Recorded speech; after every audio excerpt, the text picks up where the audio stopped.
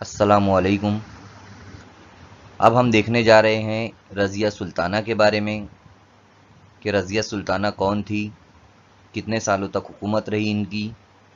رضیہ سلطانہ 1205 میں بدایوں میں پیدا ہوئی۔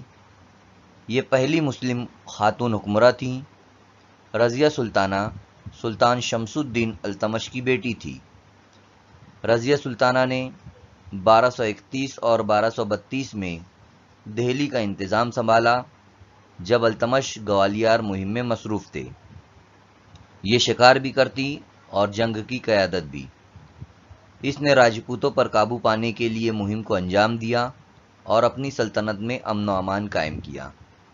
1240 میں رضیہ سلطانہ کو تخت سے ہٹا دیا گیا تھا، کیونکہ اس زمانے میں ایک ملکہ کی حکمرانی کو پسند نہیں کیا جاتا تھا۔